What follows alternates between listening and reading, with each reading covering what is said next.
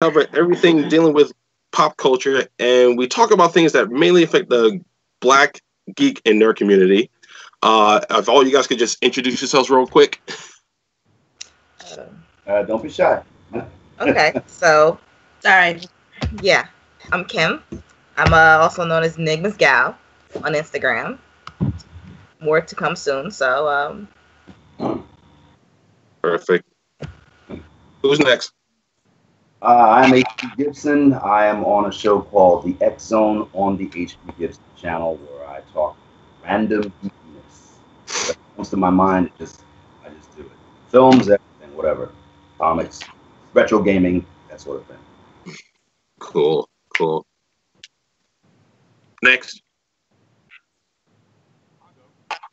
Mm-hmm.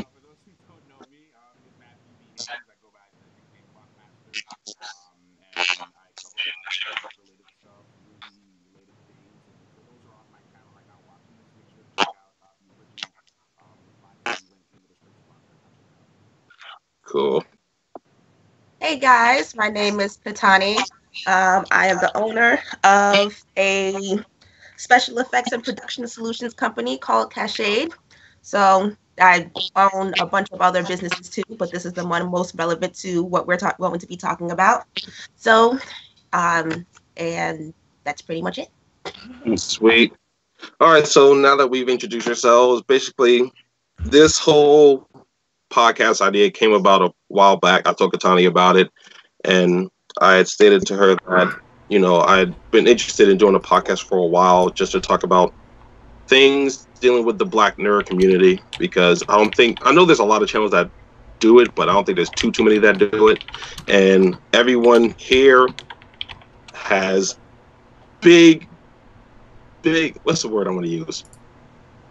I guess a big connection or a large connection to the nerd community and stuff. So I figured we could just cover a lot of things: movies, video games, TV, music maybe, and comic books and stuff. And then, of course, we're going to have a topic of discussion that's going to take up majority of the show. This is our first show, so hopefully this is something we'll be doing on a bi-weekly basis.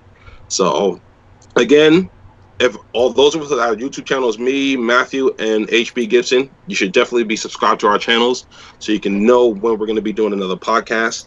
Yep. And then whenever we'll announce when we're going to do another podcast, and then you guys will know what we're going to be talking about. So with that being said, let's just get right into it. We don't have any shout outs to give out. No sponsorships or any plugs. We already plugged our channels. Yeah, so, put that out there. Yes. So no sponsorships. This is the time to do the plug. It's coming. So if anyone's watching, you can find me here on YouTube, Kenimation Studios, and you can find me on Instagram, Twitch, Facebook. You can find me all over the place. Everything is usually in my description box. You can find Matthew V. Haynes, the Clockmaster, right here on YouTube also, as well as Twitch. I believe you have a Discord also. Yeah, it's the same thing. Well, no, the Discord is Time Vault, but it's on all my channel. Okay. Yeah. And then HB Gibson, you're also here with the X Zone. You have your YouTube channel, and plus, Instagram and all that stuff. And plus you act. So there's that too. And then Kim and Katani, you can find them everywhere. Katani has her own website. You can find her for the products she sells and the services that she offers. If you Google my first name, about 80% of it is about me. First name, not my last name. Mm-hmm. There we go. And I will have a YouTube channel very soon. Keep an eye out for it. So. Exactly. All right, so the first thing, we're going to just run through the news rundown real quick, and we're going to cover some movie news. Let's talk about the all the pictures that have been shared from the upcoming Joker movie. Joaquin. Haven't seen him yet. You haven't seen any of the pictures yet? No. I mean, they went full clown. I mean, they even colored his nose. I mean, they just went full clown makeup, which is interesting. And the colors that they use in his costume is definitely reminiscent of earlier versions of Joker, and actually reminds me of the old Joker action figure that came out from Mego. I remember. Yeah, with the suit, I definitely got, old Joker vibes. Yeah. And The but with the makeup, I said either myself or a girl that I worked with on makeup probably could have done a way better job. So DC, if you need someone, cool. I mean, I could be wrong, but I'm still under this impression that the makeup that we're seeing isn't It's not like the final. It's not. It's not the final makeup because, like, yeah, we all know we all know Joker's history. We know his origin story. We know the whole acid bath that he took, and that's how he became the real Joker. Right. Yeah. I could be wrong, but I gotta admit, at first I wasn't with the idea of Joaquin Phoenix being the Joker, but as time grew on, I was like, I kind of started to really dig it, and I'm like, with all the pictures that have been posted, and even that little clip of him getting out of the train with his goons and stuff, I was like, this might actually be pretty good. Yeah. I mean, it's a Joker movie, so kind of want to get down on it anyway, but Yeah. not since Heath Ledger have we, really been feeling the Joker. I mean, Heath Ledger and Mark Hamill, of course. Yeah. I still say that Jared Leto's Joker was not his fault. He just didn't get enough screen time. That's just my opinion on him. He didn't get enough screen time. yeah. I feel like he should have been the main villain of Suicide Squad, but that's just me. Right. I mean, Changes notwithstanding, I think he should have been the main villain. you have to give the writers and the creators of the film. It's not the actors' fault. They only do what they're given in the script. That's it. Exactly. So. Yeah. I mean, I agree. I mean, I feel like what we've seen with Jared Leto's Joker. I'm a fan of Jared Leto, and I like what he does with his music and stuff. But I do agree that they did kind of skimp on his screen time and all that. So we didn't really get to see him at his full potential, like what he could have done with the role. Yeah. But I know Joaquin Phoenix is a psycho when it comes to acting. Yeah. This man is a straight psycho. So yeah, I'm definitely looking forward to see his interpretation I'm of the role. intrigued. Yeah, I'm intrigued. I can't wait. Yeah. So, like I said, at this point right now, I'm really digging it. It's growing on me. So, I'm going to be very interested when that movie comes out. I'm going to be definitely interested to go see it because, like I said, Joaquin Phoenix is a straight nut job. So, I think he'll do well. I think he'll do well with this role. Now, with this film, what do you think is the DC? What do you think the DC films are going to become? What is the road that they're taking? What's happening now? I think a lot of it's still going to stay with the Batman realm. I think they put a lot of their eggs in one basket as far as DC is concerned. I agree. Yeah. And at this point, it's now going to be just Batman. I don't think they're going to move forward with anything else because they don't. Their money's not going anywhere else. They can't really expand as well as Marvel has done with a lot of their work. That is a very true story. I do feel like Aquaman and Shazam are going to do very well as Wonder Woman 1984. Right. I seriously feel that that Shazam is going to be that one movie that surprises everyone. Oh yeah, as far as DC is concerned. I don't know. You don't think so? It could. I mean, Aquaman alone. Hold down here. I'll be right back. Okay.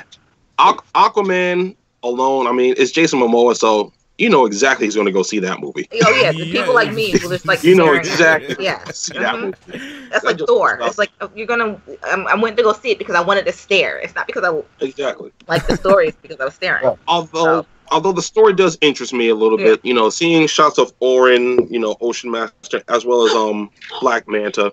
Yeah. I'm very interested to see how they do it. I mean, it seems like they've been taking their time with it. And even with Wonder Woman 1984, I'm very curious to see how they do it. When I heard that they casted Kristen Wiig as Cheetah, at first I was like, that's an interesting casting choice. Mm-hmm.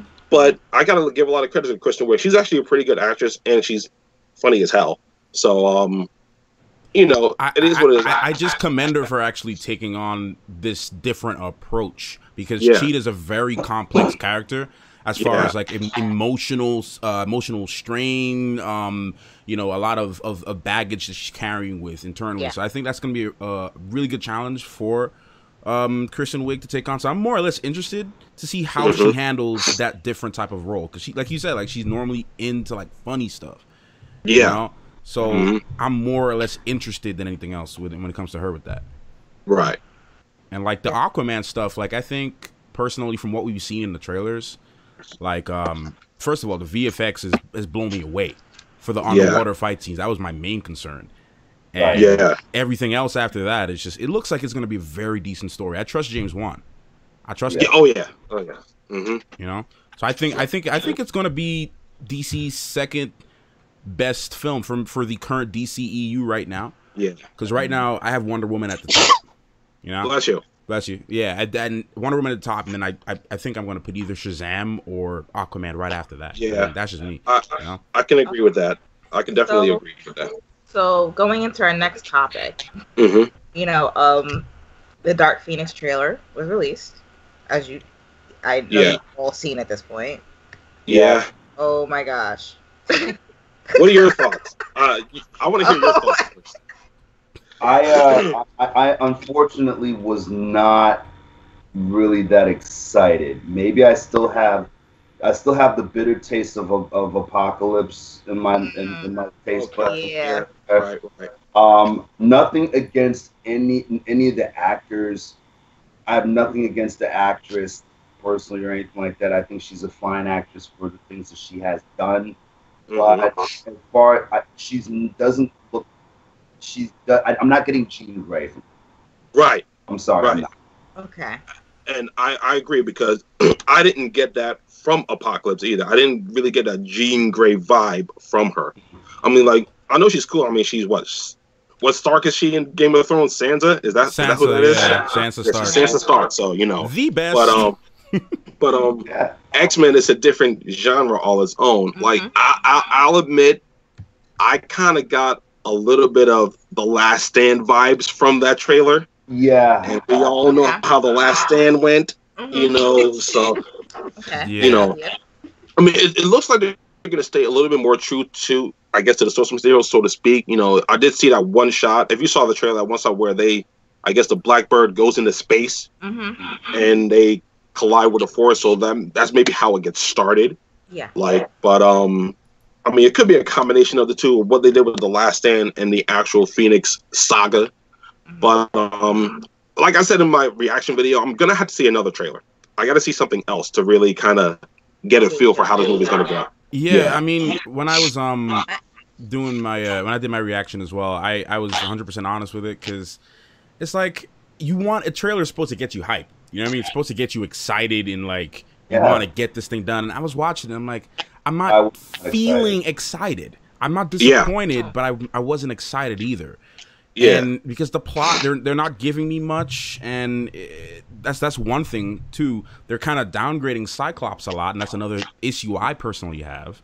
They've been doing that since the first X-Men movie. Exactly. I'm like, when will they get it right? You're like kind of like doing a almost a reboot, recast type thing with Cyclops, and you still mess it up.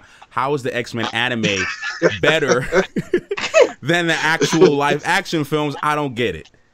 And that's what I'm trying to say. Like, more true to the concept. They don't have to restrict themselves to just, you know, their. Right. Yeah. I mean, if I didn't know Dark Phoenix, and if I didn't know the X-Men, I don't think I even would have known this was an X-Men movie. Looking at the trailer. Okay. Agreed. Makes sense. Okay. There you go. Yeah. There you go. Exactly. I can see that. Yeah, I can see that. It's funny because one of the other things that kind of bothered me, I mean, they've always been kind of funny with the X-Men costuming, save for Deadpool. Save for Deadpool. Yeah. But it's funny because at the end of Apocalypse, they actually had the outfits that were very close to their comic book iterations.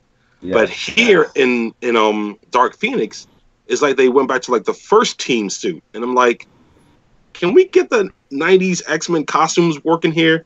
Like, Cyclops was looking mad dope at the end of Apocalypse, and I'm like, they just went back. Storm doesn't even have her Storm outfit. I'm like, what y'all doing? Exactly. Don't even get me started about Storm. I was messed up with Storm since Apocalypse, since I saw the trailer. I'm like, why Storm? I mean, there are versions with her with the mohawk and all that from the 80s. So I'm like, okay, I mess with that, but like, I don't like what they did with her. They made her from Egypt too. That kind of pissed me off too. Storm is from Kenya. You know what I mean? You know, it was wild, man. I don't know, man. Once Marvel gets their hands on X-Men, it'll be done right. Yeah, yeah. Hopefully they can actually make a good. I mean, I am hungry for a good Fantastic Four movie. So let's yes, that they can get on this justice, do it right. You know, I don't have too many issues with the first Fantastic Four movie, but the other ones can go. The first two I could roll with. The last one, that was Trash Boat. I don't know what they were doing with that one. That was horrible. The last one. Did you say Trash Boat? Yeah, I said Trash Boat. Yeah. That's what happens. That's what happens when you allow the studios to meddle in stuff and everything. Just let the directors do what they do. That's what you hire license. Yeah, like look at the DC Cinematic Universe. That's exactly what they're going through right now.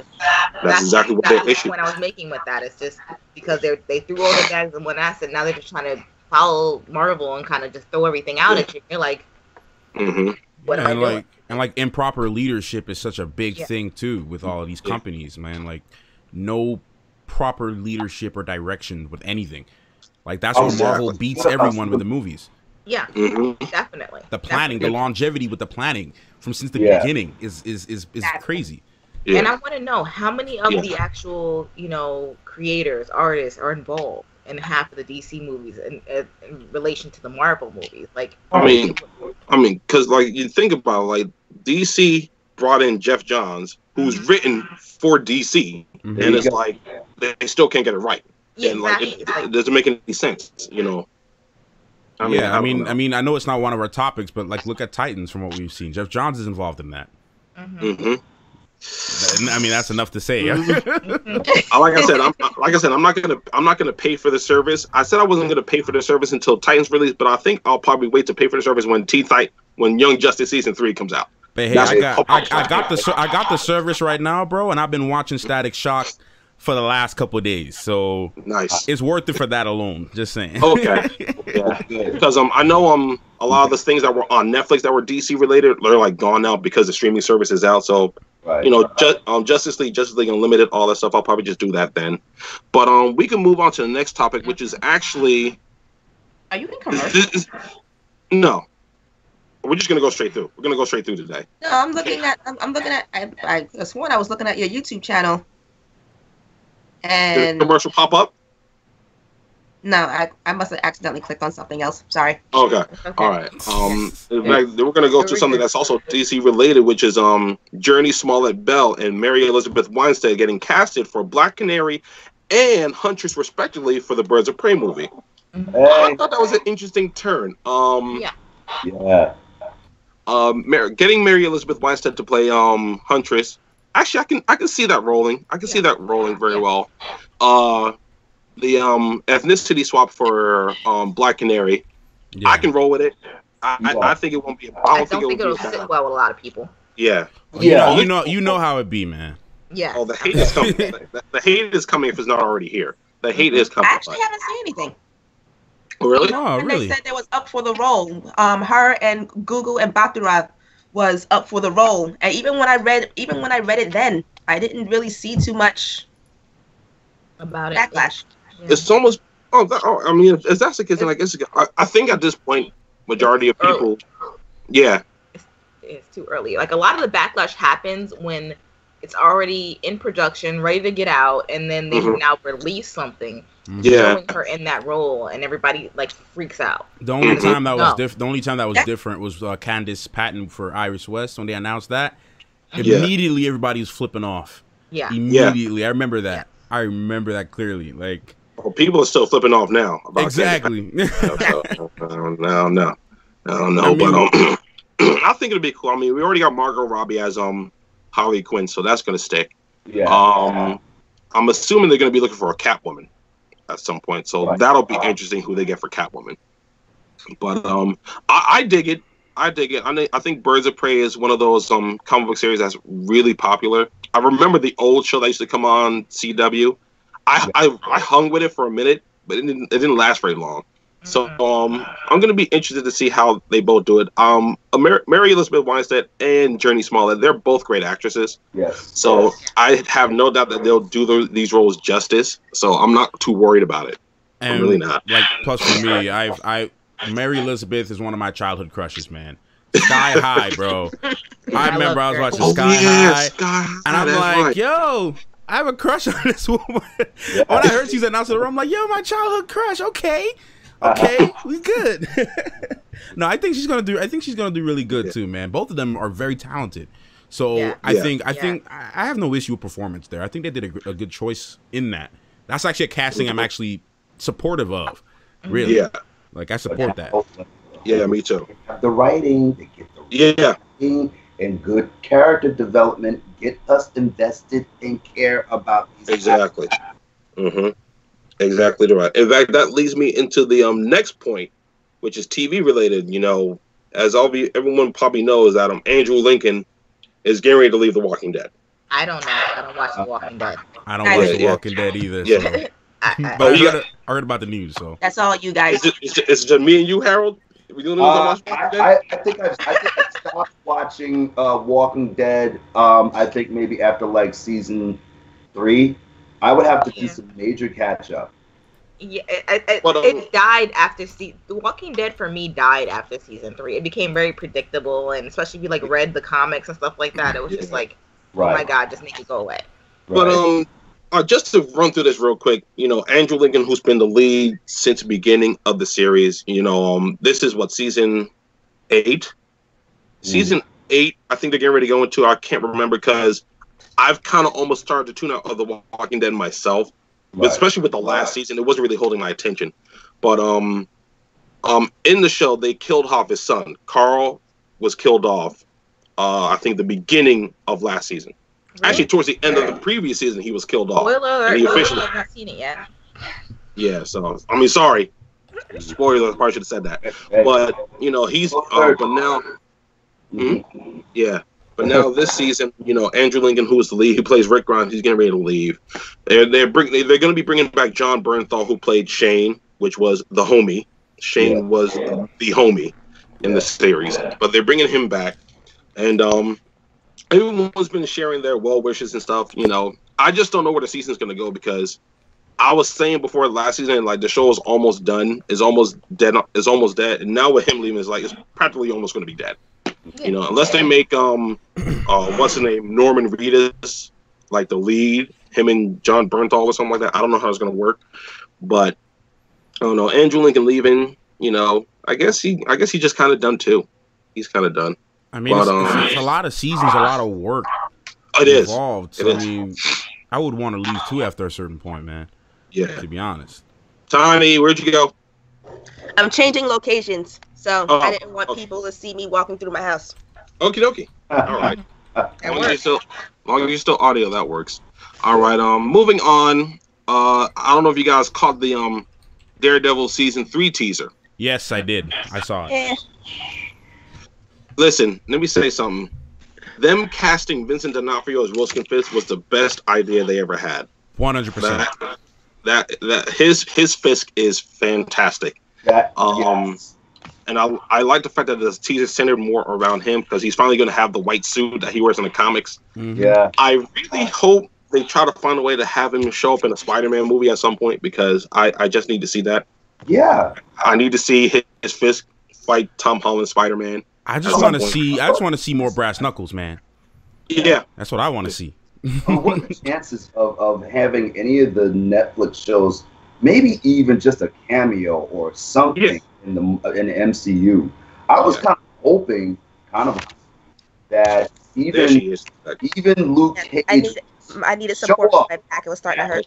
The audience would go ballistic.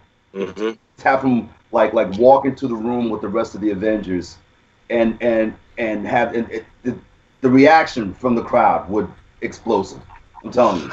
Marvel has been doing a lot of things right, movies and TV wise. I just don't know why they just don't go ahead and bite the bullet and just connect both universes, the TV universe, the Netflix universe, and the cinematic universe. Yeah. Agents of S.H.I.E.L.D. is already a part of the cinematic universe. We already know this.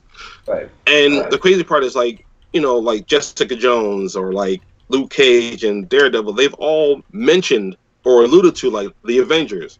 You know, so it's like exactly. So it's like, why not just connect the two and just keep it moving? They made all of them don't have to show up in the movie, but well, yeah, that's true, Kim. That's practically true. That's what the bottom line is. They know their market, so they know that they have this in the bag, so they know that automatically they're gonna make a lot of money. Right. So the only question I really have is something, because I filmed the reaction to the trailer, but I didn't post it. But I asked the question in the video. I said, are we gonna go back to more of a season 1 vibe that we had with Daredevil, which I really loved, with just him messing around with Fisk gang members and just like that gritty season 1? Because season 2 was like because we had the suit, so it was really good because we had the suit. But we see that he may be going back to the masked vigilante approach in season 1 type vibe. So, and maybe a Punisher cameo. I would dig that because I'll be honest, I enjoyed season 2 really more so for the Punisher than for Daredevil. In my honest opinion, that's why I enjoyed season 2. But season 1 was perfection, in my opinion. I really enjoyed Daredevil season 1, and I'm with you. I hope they go back to that. Because I know there's been a lot of talks about it, but I really hope that's what they do. Yeah. So we'll see. Moving on to the last piece of TV news, the CW crossover has finally officially been given a title, Elseworld. And you know what? I'm like, I'm scared but excited at the same time because I don't know where they're gonna go with it. Like the fact that they use the Elseworld. Yeah, exactly. Title. I know. I'm like. I know. I'm scared but excited. It's like it's one of those things. It's like I'm right in between because they can mess it up so bad. I'm with you. I'm with you on the in between thing because they did the same thing for Crisis on Earth X. So it's like when I heard Crisis, I was like, hold up now. We finna get serious now. We better do Crisis on CW. Okay, sir. That was my reaction. But then I was like, Crisis was the best crossover they had in my opinion so far. But it left me disappointed a little bit. So that's kind of the approach I'm having with this one now too. When I hear, that's what I'm saying. I'm kind of like in between two, like how I feel I'm excited but like nervous as well because I just don't know what they're gonna do with it. Because they. I mean, it's interesting because I personally feel, to me, as far as crossovers, I love Crisis on Earth X is my number 1. Heroes joined forces against the Dominators. Is that what they were called or something like that? Yeah, I enjoyed that one a great deal. Even though Cisco was killing me during that crossover, I was like, could somebody just smack him in the face? Exactly. Having him be mad. Cisco was pissing me Barry, off. like just stop it. But I mean, I was hyped for the fact that they're bringing in Batwoman and it's a character that doesn't really get explored a lot, only in the comic books. So, and I was double excited when I found out that Ruby Rose was casted as Batwoman. That was like my number 1 fan casting pick for Batwoman. She caught a lot of backlash too, which was ridiculous as hell. But that was unnecessary. Yeah, it really was. But I'm just very interested to see how this goes, because the closest thing to Batman that we have in the Arrowverse is Arrow. He's the closest one. He borrows a lot of the Batman villains, and he kind of moves like Batman. He's not like in the comic books. Oliver Queen is like a sarcastic, quippy. He's a funny dude, funny guy, lighthearted. Then but here in the Arrowverse, he is basically Batman. Yeah, at this point, so like Justice League Unlimited. Like look at how he was there. Exactly. Even on Smallville. Actually, I'm very surprised that Salim Akil. I remember him mentioning that when asked, would Black Lightning be a part of the Arrowverse, he flat out said, no, it's our own thing. We're trying to build this, but looks like there's a change going on. It looks like is he going to be in Elseworlds? I don't think so. I'm not sure. I haven't heard any news about that, but I wouldn't be surprised if he is, because I think it's only a matter of time before he becomes a part of the Arrowverse. I mean, like, he's on the CW. Yeah. Supergirl was on CBS, and then right after the first season, they're like, okay, so CBS, I'm gonna need you to bring Supergirl over here because let's just do that. So I think it's a matter of time before Black Lightning joins up with them because, I mean, I enjoy Black Lightning, but there has to be a connection between the other Arrowverse shows. I mean, not to start a whole new topic, but as far as Black Lightning is concerned, I actually prefer that it's separated from the Arrowverse. Really? Mainly because there's a lot of nonsense that I don't like in the Arrowverse that I think, especially like Greg Berlanti and a lot of writers, really mess up. And I really loved what the Atlanta crew did with Black Lightning, and I wanted to stay that way. Because they did they did a lot of fan service there. They did a lot of amazing things, a lot of political commentary, a lot of social commentary, a lot of things that they wouldn't really do it in that way with like Greg Berlanti's crew in Vancouver. So, because remember when they mentioned about Arrow possibly doing like a Black Lives Matter episode, and I'm like, no, not gonna happen. No, they wanted to do it. And my reaction was no. like remember the whole gun control episode of Arrow? Right. A little heavy-handed. A little heavy-handed. Yeah. It's like nice try, but Oh wait, that was the episode? Yeah. Oh yeah. With Wild Dog and like, I use guns because I couldn't protect my daughter and blah blah blah. Yeah. I was like, I feel like they did a better job at even touching on that subject than Supergirl. Yeah. I don't know. I feel like Black Lightning's crew handles those topics better. Yeah, they do. Of course they do. They do.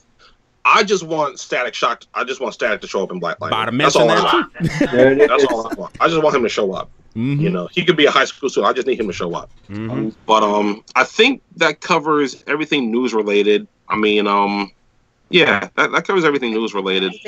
I keep losing the notes. Hold up. I keep losing the notes because I also have that's everything. That's everything. Unless you want to go over, I know you didn't mention about Kathleen Kennedy. Now you're in my domain, y'all. If you talk about Kathleen Kennedy, I'm gonna start ranting. So I know we didn't go over Kathleen Kennedy, so if you want to go there really quick. Real quickly, just so everybody's aware, Kathleen Kennedy her contract has just been extended for Lucasfilm, so she is still president of Lucasfilm for like the next 3 years. I know a lot of people didn't really dig The Last Jedi. I thought it was okay. I thought The Last Jedi was fine. Cinematically, I thought it was fine. I understood that there were some parts that rubbed people the wrong way, and I dug it, But overall, I can never really say that I've ever hated it. I can't. Yeah, exactly. It's not like the problem is for us. We have a expectation that we had built up from Lucas from a long time ago, and that kind of just set us in our ways, and now we're expecting everything. And they're just trying to bring in new generations. That's what it is. They're just trying to bring the new generations into the Star Wars universe, and it's not her fault in particular because it's hard to relate to this generation, especially it's that's true. That type of topic, That's true. That's very true. I mean, they're talking about making Star Wars movies for the next 15, 20 years or so. Yeah. And I'm like, they're gonna milk the mess out of Star Wars. They are. We're talking about Disney, of course. Yeah. And the thing is, they're trying to slowly get away from the Skywalker side of things, which I do not mind. But if they kept a lot of the stuff from the extended universe, like in the books and stuff, which it's no longer canon right now. It's no longer canon right now. Like, for instance, like Leia was a Jedi, bro. Like, we're never going to see Leia as a Jedi. We're not going to see the Han Solo twins. We're not going to see those cool stories. So it's like, where are we going to go from here with all this? And Kathleen Kennedy, I don't know how she allowed a lot of that stuff to go through. I'm like, I saw a lot of YouTubers talk about it. I think a lot of it comes from the fact that it's a lot of the education, a lot of the fact that, there's not a lot of people involved in there that know about those, side stories and about everything else happening. That is very correct.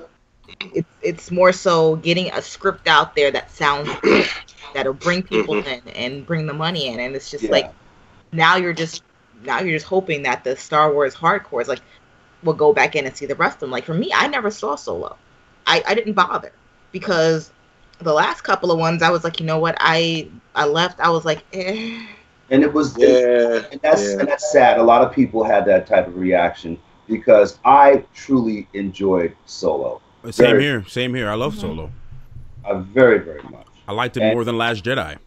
And it's sad because there's so much that they can do. They could bring their. I mean, I could imagine the very, very next chapter if they were ever to decide to do it. Have his first run in with Greedo, have his first run in with Boba Fett, and build that up. You know, find out the real conflict between Solo and Jabba the Hutt and everything. Get that real tense gangster thing going on. Yeah. Mm-hmm. So let me ask the question: do you think that Solo was rushed? Do you think that they could have made that into a couple of films? I believe they could have made that into a couple of films. I think they could have. I would have rather have seen the main villain whose name escapes me right now. I would have liked to have seen him be an alien rather than a scarred human being. Mm-hmm, mm-hmm. That would have made it a lot better. Not enough aliens in okay. Yeah. They messed up on the alien diversity in that one there. Okay. Okay. Side note, Ken. Yes. I got a couple of questions from some of my peeps for the Q&A section. So All right, cool. So actually let's just keep it moving, and we can actually now jump into like the main topic of discussion, which is of course Comic-Cons. Yeah. Whoever's watching, of course, you know Comic-Cons go throughout the entire year. San Diego usually happens in like what, July?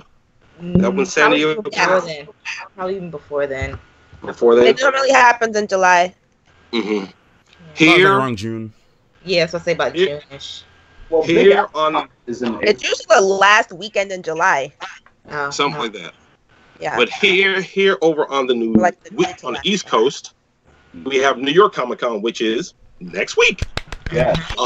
So I'll be going. I know Matthew, me and Katani, we're going. We already have our cosplays ready. I know Kim, you can't go this year. That kind of sucks. And Howard, you're going, right? Yes, I will be going Sunday, and I will be portraying an original character whom you can see on the Black Lightning After Show, Dark Voltage, on my channel. There we go. Armor, cape, Everfoam man. He's the cosplay crusader, and I will be doing that. My first original character.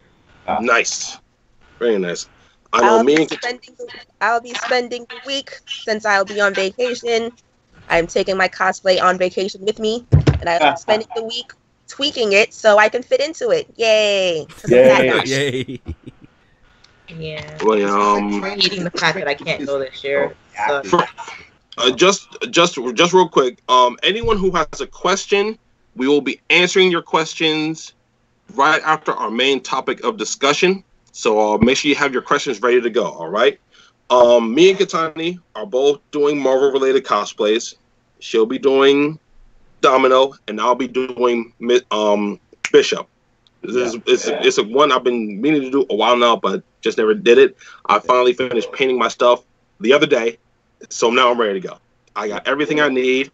So we're straight. So now this basically is gonna go for we're gonna give you a crash course in comic book conventions and attending comic book conventions, because I know there's a lot of people of color, I should say.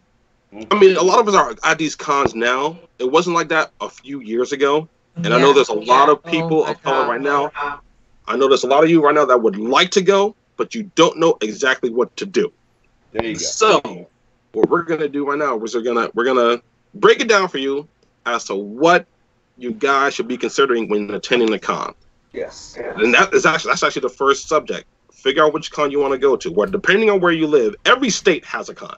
Mm-hmm. Every state has a con, and if not the state, the state adjacent to you has a con.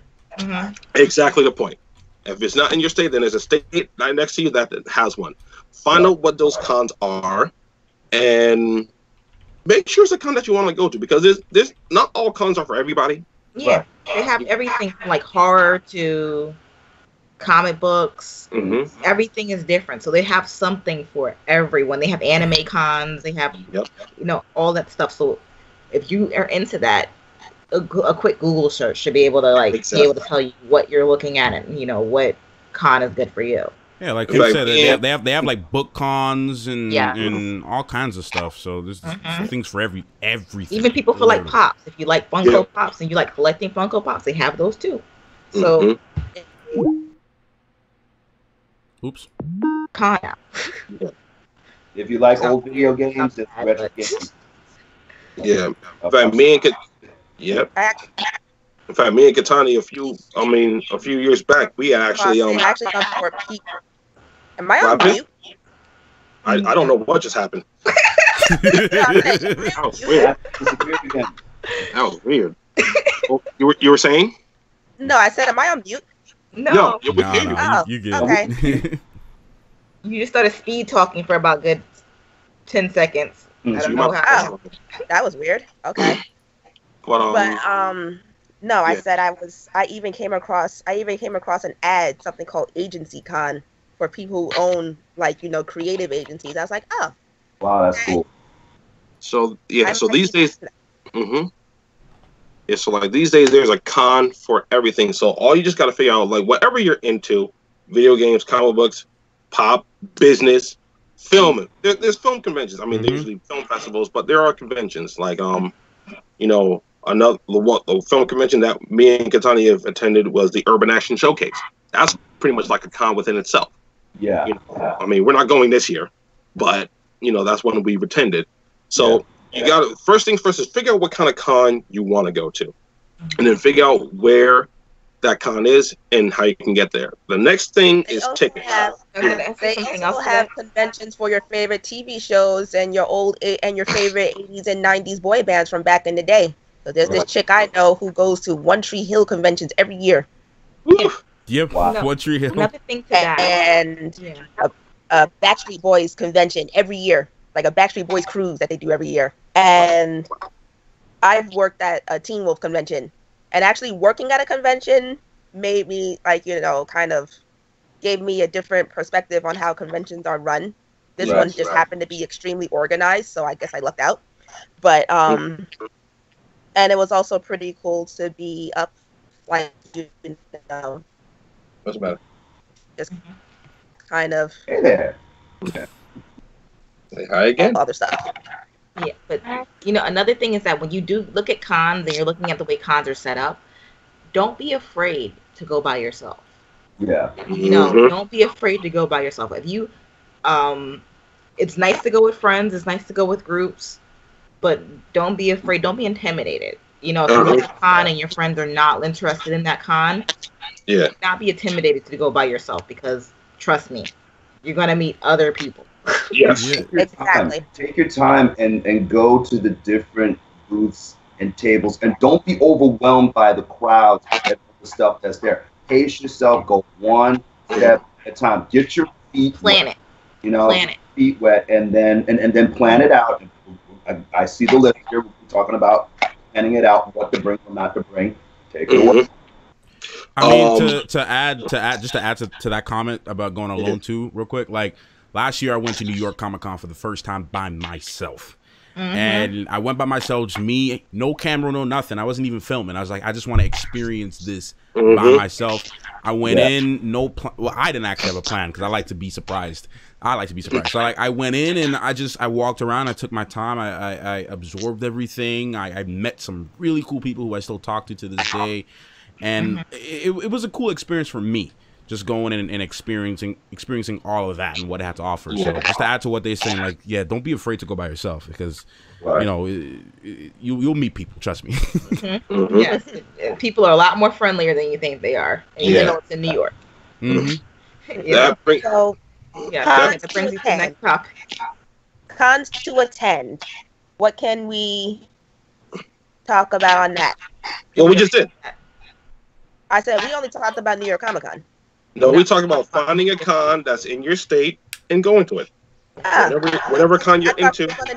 I thought you were going to name specific ones that you could recommend. All right. No. It's completely up to the individual which cons they want. All a regional basis thing. So. Yeah. So Which brings me into like buying your tickets for Comic-Cons or any convention. Everything is different. Every setup is a little bit different. Yeah. Mm-hmm. One of the more famous setups, I believe, is the New York Comic-Con one. Yep. Yeah. But it's the most complicated setup at this point now. Mm-hmm. San Diego is a little more complicated because I haven't even.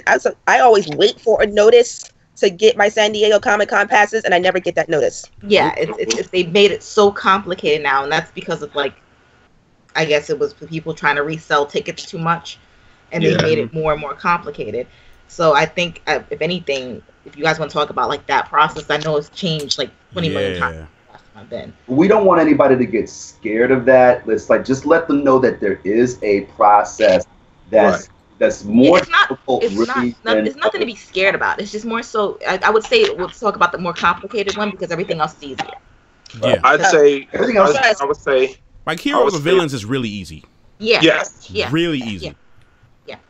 I would say first and foremost, whatever ticket or pass you are looking to buy, first thing first, get it early. Yes. Yeah. Get it as early as you can, because especially depending on what con it is, they're going to have a tendency to sell out very quickly. Yes. Or they're only going to have a certain number of different passes, whether it's VIP, press pass, things like that.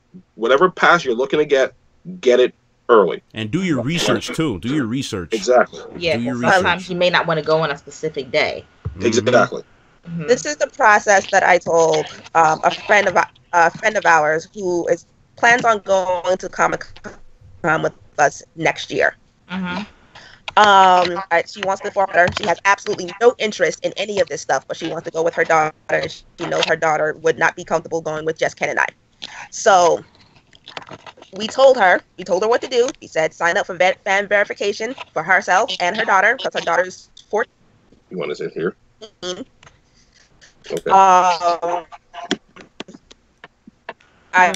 We told her what invitation link to buy. We said that Ken and I both open up our laptops and click our link at whatever they say. If it's 10 a.m. on that day or 11 a.m. on that day, we click that link at exactly as soon as the clock strikes. We click the link, because you know what? If you click it at 11:01, it might be sold out. Mm-hmm. Yeah. And that's almost happened to us. That almost happened to us last. Yep. Yeah. So as the old saying goes, the early bird. And we both just wait. Mm-hmm. So as the old saying goes, you're having audio issues. Are we? Can you hear us? Who can you hear or not hear? Wait, what? Kim's having audio issues. I can hear you. I can hear. Oh, Matt hasn't talked yet. No, I'm here. I'm good. Yeah, I can hear you. I can't hear. Can you hear me? Yes. Okay. I don't know why. Tani, can you hear her? No, that was because she was talking, and I only saw her lips moving. Tani. That was weird. I think Tani might have froze up. I'm here. All right. Okay, she's there. Wait, I froze up? For a split second. I don't know that. Yeah. Yeah. Yeah, she's freezing up. Yeah, she's freezing up. Okay, so okay. Yeah, he's freezing. All right, you're back now. Yeah, you're back. You're freezing.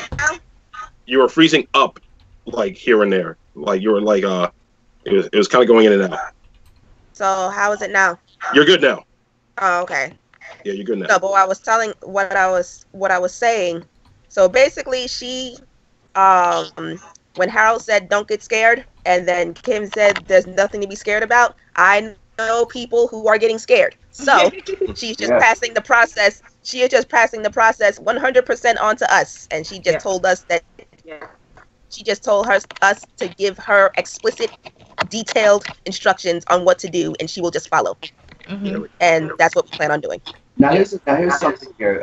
Like a lot of folks, they look at New York Comic-Con and San Diego Comic-Con as the convention meccas. And if they don't make it, there's some people that genuinely get depressed, and they can't they feel left out. Ladies and gentlemen, if you are not able to make a New York Comic Con or a San Diego Comic Con, don't feel bad about it. There's plenty of other conventions to go to where you will probably have a good time.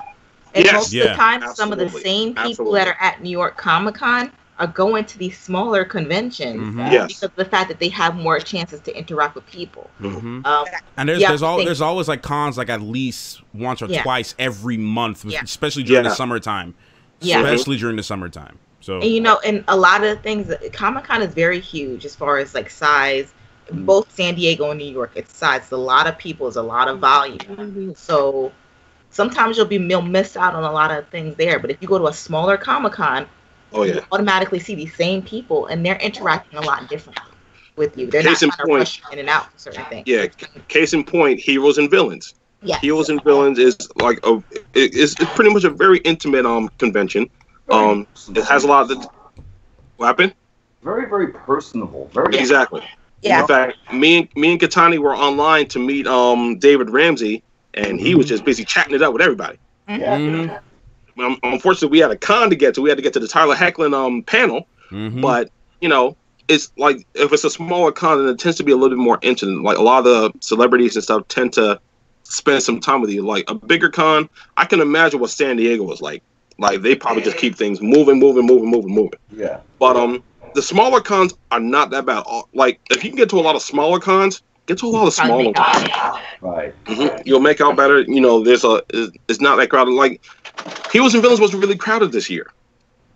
Like I would say they sold a lot of tickets this year. They were even on. They didn't. Yeah. But the popular actors still had really long lines. Yeah, they did. Yeah, Colton, David Ramsey, Candace, all those guys had really long lines. I was surprised Ray didn't have had a big line though. That was surprising to me. People slept even though on his Ray channel was Fisher. great. People really slept on Ray Fisher, man. Yeah. I will admit that people slept on Ray Fisher, and I was one of them. So now I'm impressed with Ray Fisher.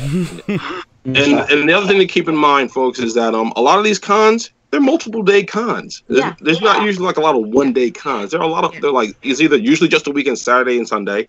New York Comic Con is Thursday, Friday, Saturday, and Sunday. I believe the same thing's for San Diego. That's like Thursday, Friday, Saturday. Like San Diego might be a whole week. I don't know, but no, San Diego is 4 days, but San Diego's technically 4 days, but it's really 3 days. They don't really do much on Thursday. So a lot of these cons are multiple days. So, but like I said, you can either get passes for all 4 days, just 1 day, 2 days. They do make it easy for you to pick out which days you want to go. Yeah. So whatever day fits into your schedule, you can go. We're just going to the Saturday. It's mainly towards the end of the week too, and towards the weekends too. Because that's when they get a lot more crowded. Saturdays sells out in like 2 hours. Yeah. So. And if people sleep on a Thursday at Comic Con, believe it or not, like a lot of people sleep on Thursdays and Fridays on Comic Con. I have gone on I've gone on a press pass on a Thursday and a Friday, and I'm gonna tell you something right now. I have talked to artists. I have talked to people. I have interviewed so many, especially if you are somebody who's going in as a press. Don't sleep on a Thursday and a Friday, because as a press person, you will get more interviews and more people that are more not tired, not worn out by the convention. At that fresh. By Saturday, people are worn out. People are trying to rush to get to go. They don't want to sit down and agreed. So you really have to kind of, don't sleep on those 2 days, especially even Sunday, because it's Kids Day on Sunday. We used to do Comic Cons for New York and stuff like that. It's Kids Day. Yeah, my old job is a vendor. It's you have to know your audience. My old job is a vendor at Comic Con every year, and the fact that they have to go into New York City at 5 in the morning, and then they're there at till 10 at night. I'm like, oh my god! I am so. At first, when I was working there, I used to be mad every year that they didn't pick me to go. Now I'm so happy that they never picked me to go. All right, real quick before we move on, I just want to know everyone's time. How much time does everybody have? Because I know you got to go first. On time, I know Matt has to leave. Yeah, I got to get ready to leave. I think I could go about another maybe 30 minutes, maybe. Yeah, me too. All right, so let's try. Let's try to run through this thing then. All right, moving on. Moving on to travel. That's pretty self-explanatory. If you can get there, whether it's by me and Katani, we're gonna go to North Penn Station, take the train into New York. I used to take this ferry. I used to take the ferry over. Yeah, we're not driving to New York. We're not driving. We're not doing all that. I used to go right there to what is that? Jersey City, Hackensack area. I take the ferry over because I really wasn't bothered because it was just easier. So like it's worth and go early, y'all. Exactly. If you're gonna pay money for a pass or a ticket, get the most out of it. Have yourself some breakfast someplace else. We're gonna get into food in a little bit. You might as well go into it right now. Try to get there early. Yeah. Get your money's worth.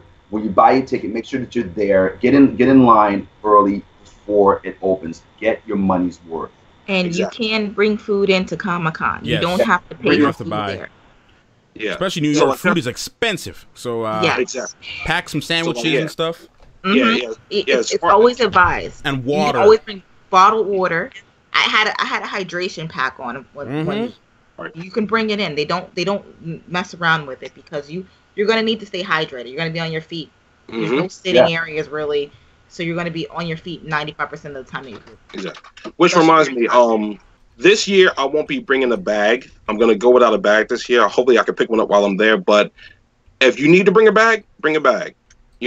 Just have stuff to carry in. If you need to exactly a nice comfortable one like a book bag or something. Like I said, you bring snacks, bring your food, bring whatever, bring your water, drinks, whatever. There is a bag check because I know a lot of people bring stuff. That's true also. That's true. Check at New York Comic Con. I know that people bring multiple cosplays. They bring up stuff and they want to change it now.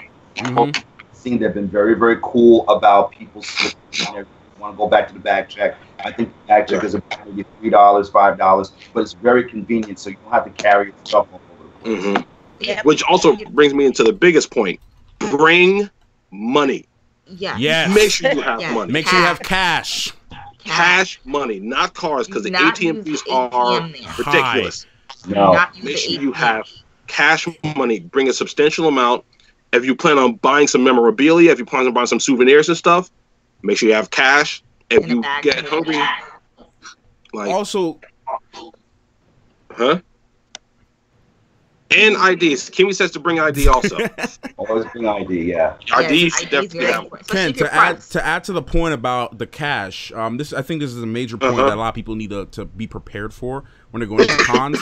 The prices of photos, like prints, you have to understand what the regular price is, because you need to understand that some people, it could be a printout of something that you can get at another booth, and they're overcharging you. So most prints go from like $10 to $15 a print. If you see anybody charge you $25, unless it's a custom piece, $25 or more on a print, don't buy it. Don't buy it. That's my advice. And even in Artist Alley, what I have done is I've haggled. When there's not a lot of people around, the artists will actually work with you sometimes. Exactly. To get a nice price on their stuff. Right. So I have haggled prices out of some of these artists. So don't be afraid to ask. Tell them it's a little bit too much. Especially if there's nobody else around, or it's the last day of Comic-Con. Sometimes they just want the money. They get paid to do this. Exactly. Yeah. Money. Yeah. So, as far as what to bring, definitely bring a bag. Put some snacks in there. Whether it needs some chips, some sandwiches, some wings or something. Bring some water, something to keep you hydrated. Because there you go, sneakers. Bring cash money. If you need to bring an extra battery charger for your phone, because when we tried to charge last year at New York Comic Con, it was ridiculous. Everybody was posted there. So luckily we have newer phones. Our phones should last all day. So same here. Someone said hand sanitizer too. You guys that's true also. Hand sanitizer. You're gonna be shaking a lot of hands and stuff too. So that is absolutely correct. Yeah, absolutely. You're gonna be touching a lot of stuff. But bring cameras with you. Bring anything, because honestly, you don't want to use your phone for every picture because it's gonna die quickly. Correct. So absolutely correct. Have a digital camera, something like that, so that way you can take a picture and kind of run. Yeah. If you can't afford another camera, then you got to use your phone. But make sure you have a battery pack. Yes. Battery pack is essential, and you can buy battery packs for pretty reasonable prices right now. Like at New York Comic Con, there's street vendors selling them for $5. So there you go. True. There you go. Before you even get in there, So I want to go back to the whole snacks and water thing. Bringing it yourself, that only applies to New York Comic Con. There are other conventions Yes. that do not allow outside food and drinks. Yeah. Just looking at as some like, of my so like even with cameras, letting you know there's gonna be times you're not gonna be able to take pictures with people. Like you may see somebody in cosplay that you want to take a picture with them, they have the right to say no.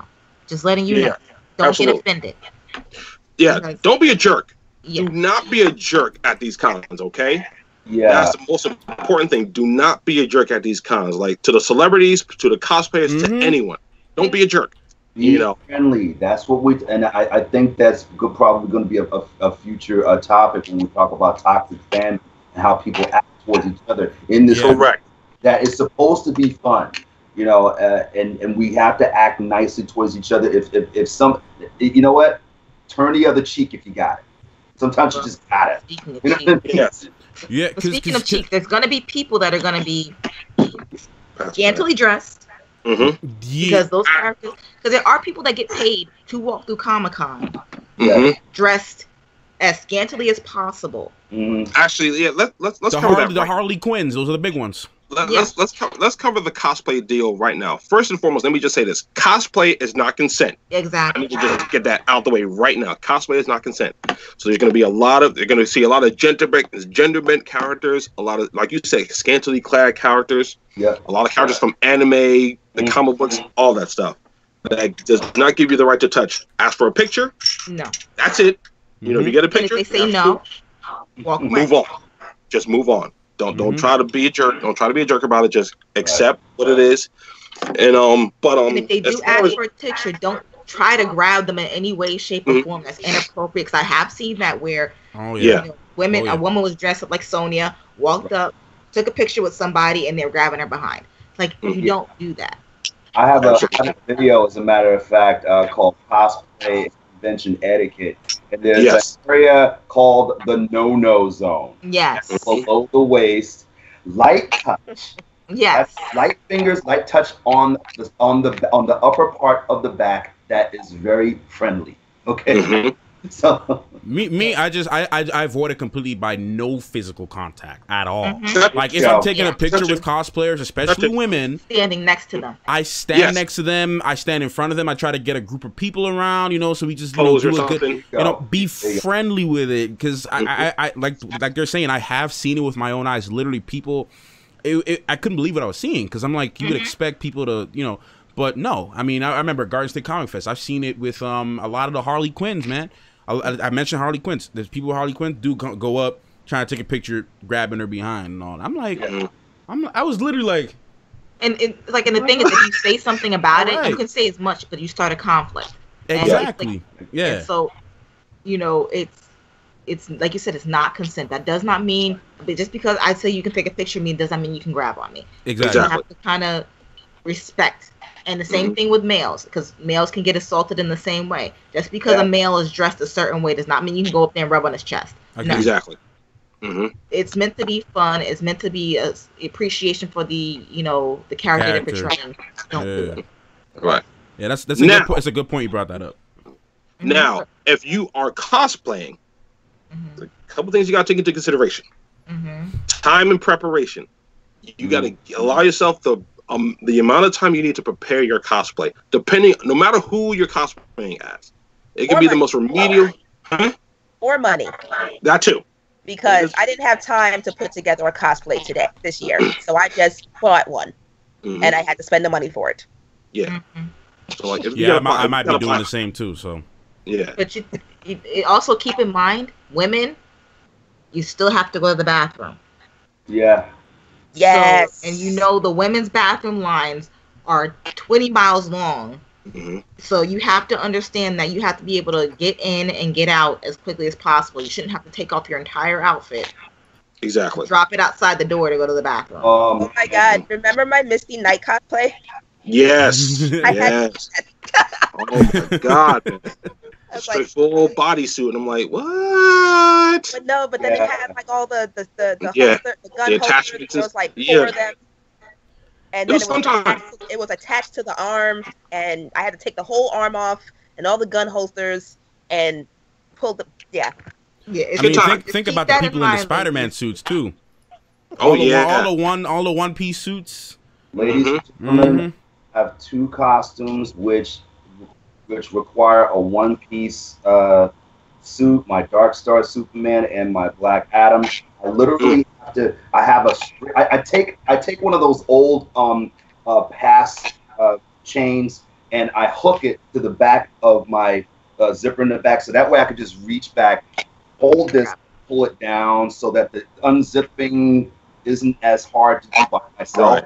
So I have a nice long string going down my back because I'm wearing a cape anyway. So I hold on to this, pull it down, be very careful because we don't want to break it, and then I could just zip it right back up, no problem. But yeah, one-piece suits, be very, very considerate. I just realized my Domino cosplay might be the same thing because I'm using the one from the comics. Oh, okay. So like, be mindful of the alterations and modifications you have to make to your cosplay, because while you're trying to look the part, you have to be considerate of the things that you need to take care of, like the bathroom. You have to be considerate of that. So you have to make sure bathroom and weather, and not only that, what props you can and you cannot bring. Yep. Right. I know New York has Comic changed Con over the years. Exactly. I know New York Comic Con doesn't allow any like weapon like props at all. Okay, so that's why I'm not bringing a gun to New York Comic Con. I'm just bringing my actual cosplay. I'm just gonna have an empty holster. And it used to not be like that. It used to be you can bring in, like your fake swords and your katanas, and also if you do, that's it. They're like no swords, no weapons. Because I think they even did it last year. I think last year they didn't allow that stuff. No, they didn't allow it for a lot like incidents. They had incidents and stuff. Yeah. Right. I know. I think this was a few years back. I think a cosplayer, I forgot what state he was living at, but I think he might have been killed because he was carrying a prop sword. I forgot who he was cosplaying as. Yeah. But a cosplayer was actually killed because he was carrying a prop sword, and I think the cops thought he had a real weapon. Yeah. So I think that's why cons started to do that. And I know in some cases, if you bring certain props to a con, they'll have you throw it away. And you won't get it back. I would hate to do that. I would hate to see that. And you won't get it back. So don't make a prop that you cannot bring. And just to know how serious it is too, like especially with New York Comic Con, I know it's very serious with this. Like I remember walking into the Javits Center and I'm seeing like all kinds of like cops on top of the buildings with like full like SWAT outfits on. I'm like, it's New York, Yeah. So it's like it's more serious over there. So they're very serious with like any type of weapon looking thing. They do. I remember last year they actually checked you. They checked your bags. They pat you down to make sure you don't have any type of prop or weapon at all because they don't want that in there. They're trying to keep kids go to these things. They're trying to keep everybody safe. So especially the way how the world's been going too. So it never used to be like that. But I mean, when a shooting breaks out at a video game convention, we have issues. We got some. That was heartbreaking, though. That is very sad. But as far as like, there's also after Comic-Con, there's also meetups that happen, or any con exactly. So sometimes they'll do like parties and meetups and of that nature. That's also something if you're interested in. You always look it up. It's a quick search. Usually you can tell what's going on after your con. If there's any more meetups, and sometimes the people that you meet there will be able to give you some things you can walk into. So again, don't be afraid. They're people of your own. Fellow nerds and Yeah, well, with me, Harold and Matthew being YouTubers, if we plan to meet up at the con, we usually put out a message to let people know that. So don't be afraid. Don't be afraid to put a message out there if you want to meet up with certain friends and stuff and all that. If you're not going to travel together, Little so you plug, guys can. Which I do have one on Sunday. Just saying. So I'll be doing a sort of meetup on Saturday. If anyone of my subscribers is there and want to come say what's up, then you can take a few pictures. In fact, last year I ran into Strider HD, the fan maker who makes fan made trailers. I ran into him. We got a few pictures, and of course that's where I first met Tyrone Magnus. I met him first there at New York Comic Con because he was there for the Urban Action Showcase. I believe he'll be there this year. I know a lot of people aren't going to be going to New York this year, but whoever is, definitely look up people that you watch because oftentimes I know Blind Wave was there last year too. And I didn't get a chance to run in the yeah. So, but also 15 minutes left in the show. But let me just say, I want to say one more thing about your cosplay. Most important thing, be creative. Be creative with it. Yeah. Between being gender bent or putting it in a different time frame, be creative with it. Have fun with it. Have fun with your cosplay. Because aside from Halloween, it's okay. Yes, aside from Halloween, cosplaying is the only other time you get to wear a costume. Yeah.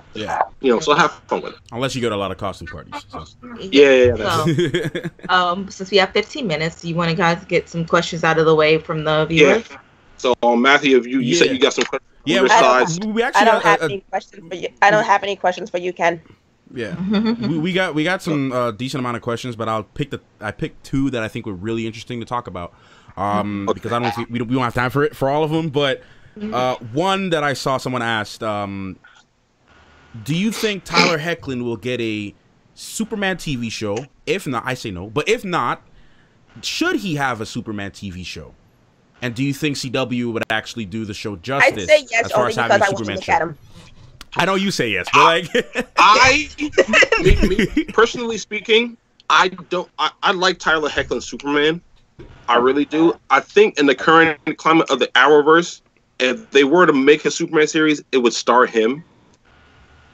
I'm still a big fan of Smallville. So Tom Welling and Michael Rosenbaum, those are my two dudes. And I know there's been articles talking about how they want to come back for a Smallville something. They want to come back to Smallville at some capacity. I wouldn't mind if they do something to the realm of maybe Tom Welling plays a different Superman in the Arrowverse. And they can bring in Michael Rosenbaum as Lex Luthor again for the current Supergirl show. Because we don't have Lex Luthor. We don't have Lex Luthor for Supergirl. So he could play, I forget who plays Lena Luthor, but he could play... Kat McGrath. Yeah, he could play her sister. I mean, he could play her brother. He could play Lex Luthor, so I would want that. But I think it'll be a... Listen, as far as I can tell, Warner Brothers doesn't know what to do with Superman. In TV and in movies. They don't know what to do. It's 2018, and we don't have a Man of Steel 2. Why? How does that make any sense? Exactly. How do we not have a Man of Steel 2? We've gotten Batman v Superman, Justice League. We're getting Aquaman, Wonder Woman. They're not gonna do it. Shazam.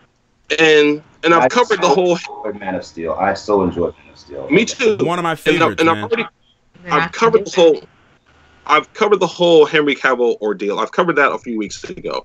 I like him as Superman. I like Henry Cavill as Superman. Yeah, exactly. Aside from Christopher Reeve, he's the best movie Superman we've had in years. 100%. Nothing against Brandon Routh. Nothing against him.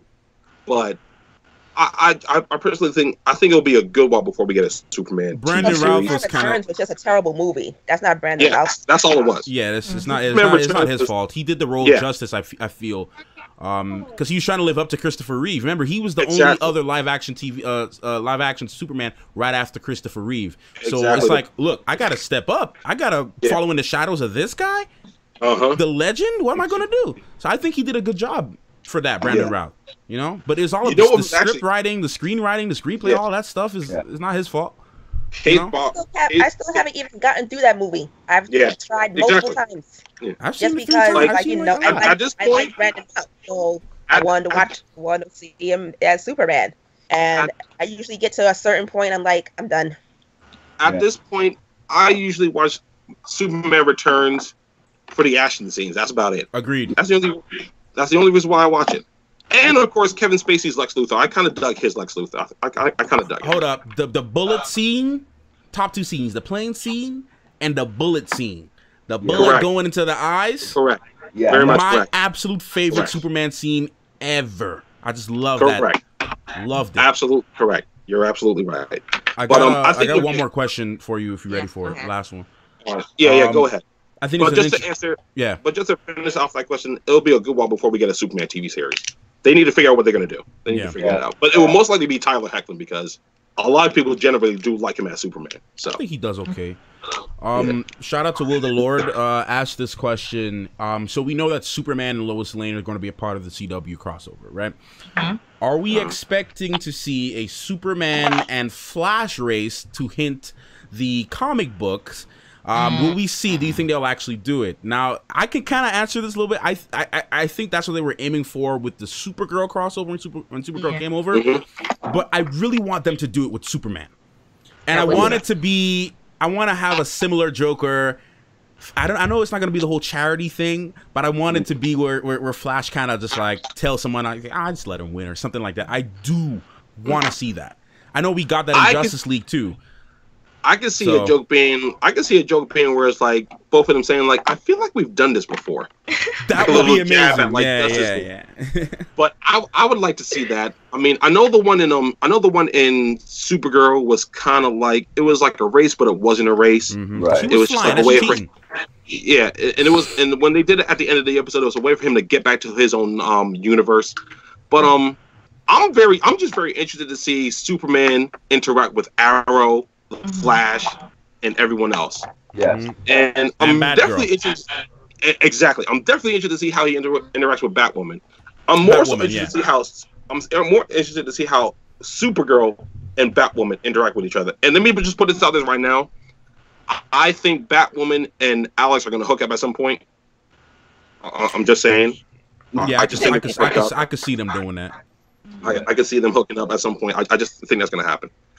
We can take a couple more questions actually, like real quick. Like one more question. Probably. Let me look. Okay. Cliff asked this question. I don't know if we answered this. But what are we most looking forward to for this upcoming Comic-Con? Oh God! If I was there, I'm looking forward to Denai Guerrero. Just saying that. Yeah. If I was there, it would totally be David Tennant. I love him. I want to see. Well, I won access to a panel, like an exclusive Marvel Comics panel. Yeah, me too. And I added Ken as my guest. So I'm interested to see what they're going to talk about in that. Yeah. I'll actually say this. I'm more excited to see a lot of the Marvel stuff this year. Yes. And everyone knows me. I'm not like a super Marvel fan. I'm more of a DC fan than anything else. Yeah. But I'm really looking forward to a lot of the Marvel stuff, like Spider-Man Into the Spider-Verse. I'm looking forward to looking at that stuff. I'm very interested in that movie. I still haven't picked up the Spider-Man game yet, but I'm going to be doing that soon. I mean, there's a couple things I have saved on my schedule that I'm very interested in, but I think a lot of them are Marvel based. I definitely want to meet Jason David Frank. I have to meet him. I have to meet the Green Ranger. That has to be a thing. Yeah. I want to meet the Green Ranger, especially since I've been reading Shattered Grid from Power Rangers. Shattered Grid is an awesome Power Ranger story arc they have going on in the comics right now, and I've been keeping up with it since the beginning. So I'm definitely interested in meeting Jason David Frank. Also, Denai Guerrero, because I mean it's Michonne, and it's the head of the Dora Milaje. So cool, yeah. Come on now. And also, I don't know when Jason Momoa is supposed to be there. Is he supposed to be there Saturday? I think they said Sunday. I think it was Sunday. He said he's going to be Jason Momoa Sunday. You know, that would have been cool to meet him also. But I'm just looking forward to just seeing who's going to be there. You know, we're definitely going to try to do a lot more panels this year because we didn't do a lot last year. So I think our main goal this year is a lot more panels and stuff. You know, but that Marvel panel that we won a lottery for, I'm definitely looking forward to that, I would say. I don't think there's a lot of DC stuff. It's Saturday. Jason Momoa Saturday? Saturday. Well, there's that. There is that. Okay, that's going to be busy How come he didn't show up on my schedule? There was one more comment. I'll probably make this the last one. We can't do that Dean Cain line since that's the same time as the Marvel thing. Whatever. Yeah, whatever. Anime fantasizer. I can never pronounce the thing. Anime fantasizer says, who wants Tom Welling to appear as another Earth Superman in any of the CW crossovers? Hey. A cameo. Hey. Yes. Hey. I've been saying this since Arrow premiered. Tom Welling needs to come back as another Earth Superman. Yes. This needs to happen. Or he could play Jonathan. I would be happy with that too. I'd be happy with Jonathan. I'd be happy with that. as a little cameo. I'd be happy. It was similar like what they did with John Wesley Shipp in The Flash. Yeah. I would be okay with that. I'm not even gonna lie. I think I could roll with that. I would prefer that would be Superman pretty though. good. Yes, absolutely. It's funny because Smallville concluded with a season 11 comic book series, and I have that whole collection. So technically, Tom Welling is in a Superman suit, but it's not live action. We got gypped at the end of season 10, where he just painted the suit on him. But I would actually, I think I would dig seeing Tom Welling as like another Earth Superman or Jonathan Kent. Mm-hmm. You know, that would be pretty good because we haven't seen any of the Kents in Supergirl at all. Nope. No, we've only seen Kara's parents. That's it. So I mean, if we get Dean Cain playing Kara's adopted father, then I think we can get Tom Welling. Tom Welling as a young Jonathan Kent, I think would be really good. From really good fan service right there. Mm-hmm. Katani, any questions on my side? No. No. All right. Okay. So with that being said, that's I think we are pretty much it. This was a pretty good show. So I think yes, it is. Stop it. Don't smash my. So this is episode 1, of course. Main topic of discussion was Crash Course and Comic-Con. Our next podcast, our main topic of discussion will be, I believe, is the toxic fan. No, that's not it. Mm-hmm. I think I want to talk about the idea of the cinematic universe. Yeah. The cinematic universe is what I think we should talk about because aside from Marvel, Right. a lot of people are trying and a lot of people are failing, and I think we should examine why. The Dark Universe. Okay.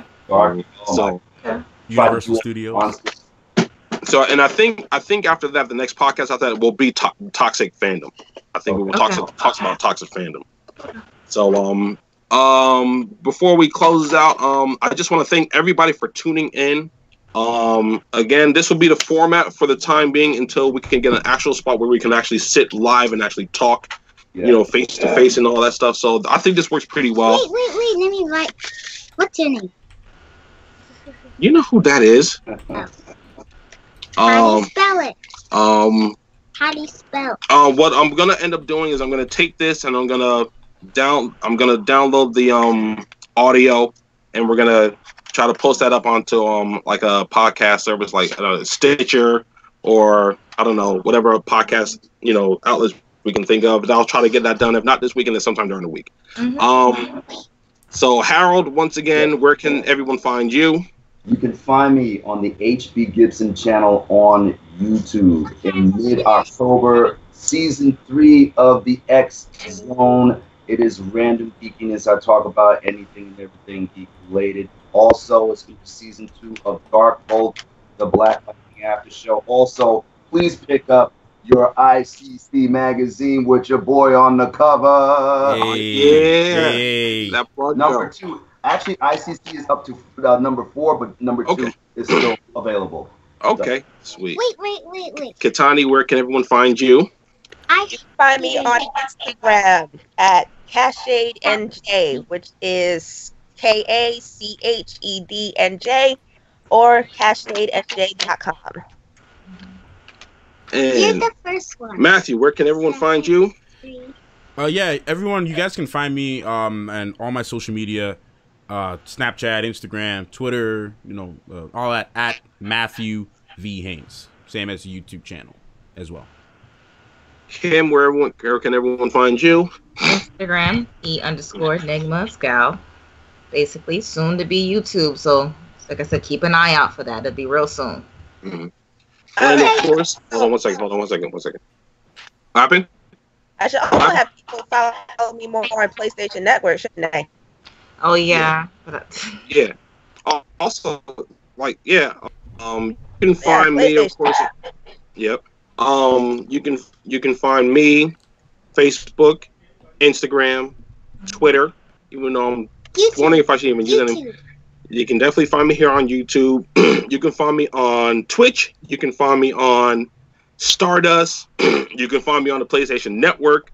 All these links are in the description box, so you can definitely find all my links there. And yeah, that's pretty much it. That's Wait.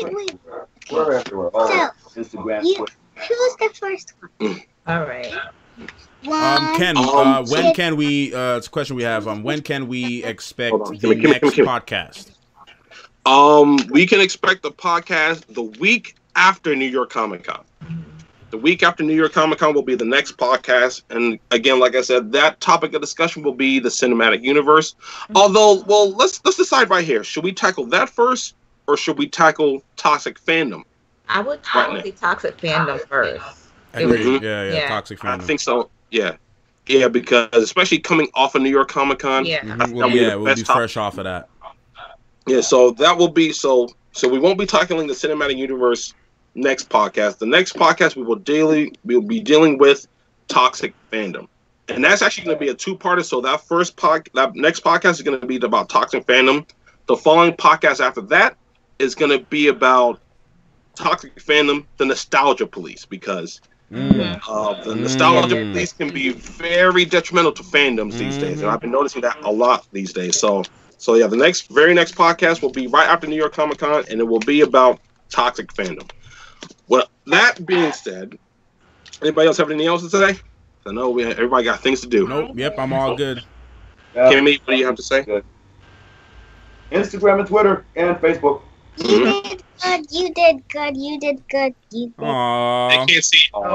They can't see you. Thank you. You did good. You did good. You did good. You did good. Thank you. She corny. I don't hear that. But other than that, guys, thanks for tuning in. This podcast was live. Yes. Look for the audio sometime soon, and we will catch you guys in another 2 weeks. All right. Other than that, we out. Peace. Peace.